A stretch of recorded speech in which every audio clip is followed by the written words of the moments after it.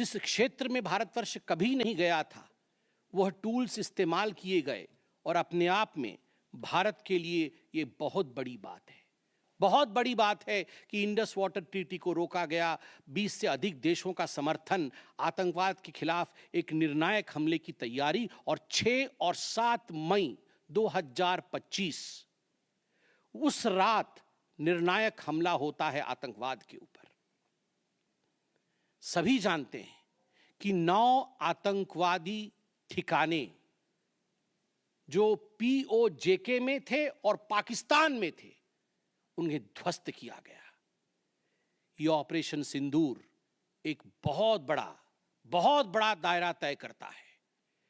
इसने पूरे विश्व को दिखाया कि भारतवर्ष क्या कर सकता है।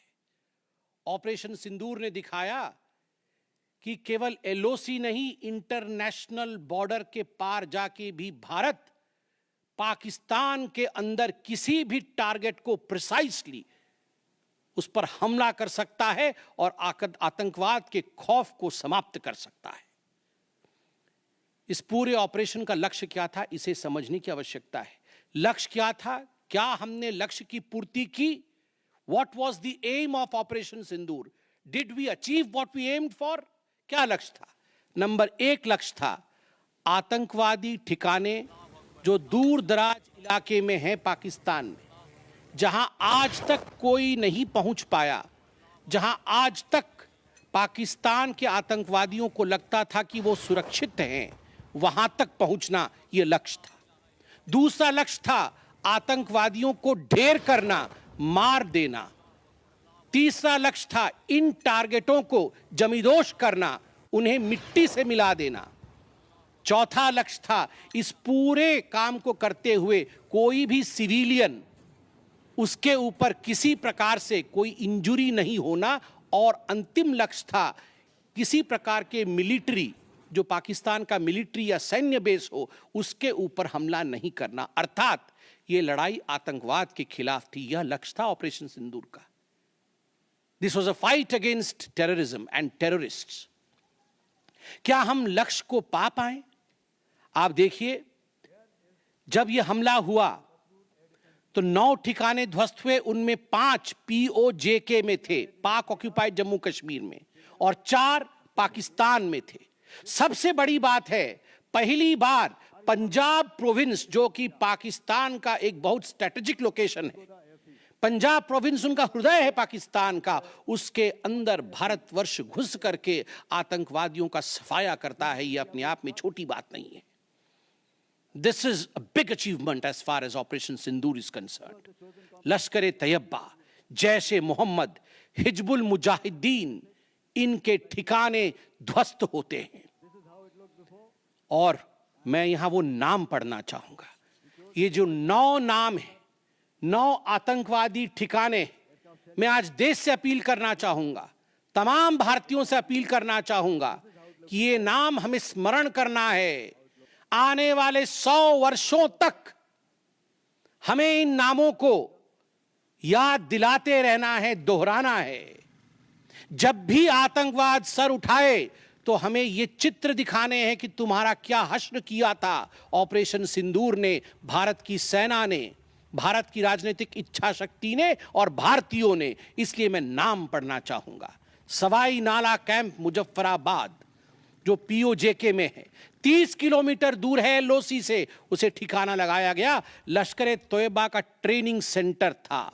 20 अक्टूबर 2024 सोनमर्ग में और 24 अक्टूबर 2024 गुलमर्ग में जो आतंकी हमले हुए थे, उसमें यहां से आतंकवादी आए थे। और सबसे बड़ी बात, 22 अप्रैल 2025 को जो आतंकवादी आकर पहलगाम में हमारे नागरिकों को मार के गए थे, हमारी बहनों के माथे से जिन्होंने सिंदूर पोंछने का काम किया था, उनका प्रशिक्षण भी इसी केंद्र में हुआ था, सवाई नाला कैंप मुजफ्फराबाद।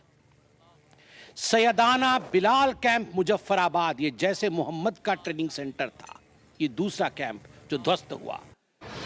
गुलपुर कैंप कोटली, ये LOC से 30 किलोमीटर दूर था, लश्कर-ए-तैयबा का बेस था। और 20 अप्रैल 2023 को पुंछ में, 9 जून 2024 को जो तीर्थ यात्री को बस में हमला करके मारने का काम किया था आतंकवादी, यहां गुलपुर कैंप से आए थे जो कोटली में है, उसे ध्वस्त किया गया। बरनाला कैंप बिरगढ़, बरनाला कैंप जो 9 किलोमीटर दूर है एलओसी से, उसे समाप्त किया गया। अब्बास कैंप कोटली जो 13 किलोमीटर दूर है एलओसी से, लश्कर तैयबा का फिदाइन सेंटर है और 15 आतंकवादियों को एक साथ ट्रेन कर सकता है, उसे ध्वस्त करके गिराया गया।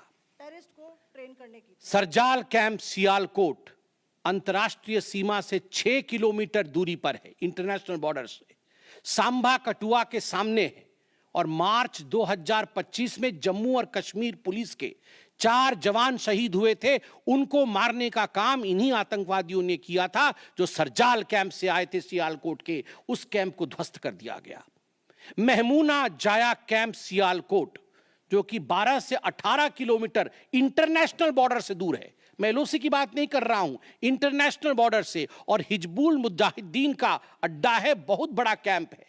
कठुआ और जम्मू क्षेत्र में जो भी आतंकवादी गतिविधि होती है, सियालकोट के इस मजनूमा जाया कैंप से आतंकवादी भेजे जाते हैं। भारतवर्ष ने उसे ध्वस्त किया। मरकज तैयबा मुरीद के जो कि अंतर्राष्ट्रीय सीमा से 18 से 25 किलोमीटर दूर है। 2008 के मुंबई का जो हमला हुआ था 26/11 के नाम से जिसे हम जानते हैं, उसमें जो आतंकवादी आए थे अजमल कसाब और डेविड हेडली, उनकी ट्रेनिंग मरकज तैयबा मुरीद के में हुआ था। और आज मैं फक्र के साथ कह सकता हूं, गर्व के साथ कह सकता हूं कि भारत की सेना ने, भारत की राजनीतिक इच्छा शक्ति ने और भारतीयों ने मरकज तैयबा मुरीद के को ध्वस्त किया है, समाप्त किया है। मरकज सुभान अल्लाह बहावलपुर इंटरनेशनल बॉर्डर से 100 किलोमीटर की दूरी पे है। विश्व में किसी ने ऐसा नहीं सोचा होगा, पाकिस्तान ने तो सपने में भी नहीं सोचा होगा कि भारत की सेना के पास, भारत की एयरफोर्स के पास और भारत के राजनेताओं के पास ऐसी इच्छा शक्ति होगी कि इंटरनेशनल बॉर्डर से 100 किलोमीटर दूर घुस के वो हमारे आतंकी अड्डे को ध्वस्त कर सकते हैं। मरकज सुभान अल्लाह जो कि जैशे मोहम्मद का मुख्यालय था, उस मुख्यालय को भारत की वायुसेना ने ध्वस्त किया। यह कोई छोटा विषय नहीं है। यह बहावलपुर एक ऐसा स्थान है जहां यूनाइटेड स्टेट्स, यूएस भी अपने ड्रोन नहीं भेज पाया था। उस जगह पे भारत घुस के मारता है। आज का भारत, आज का नया भारत यही है।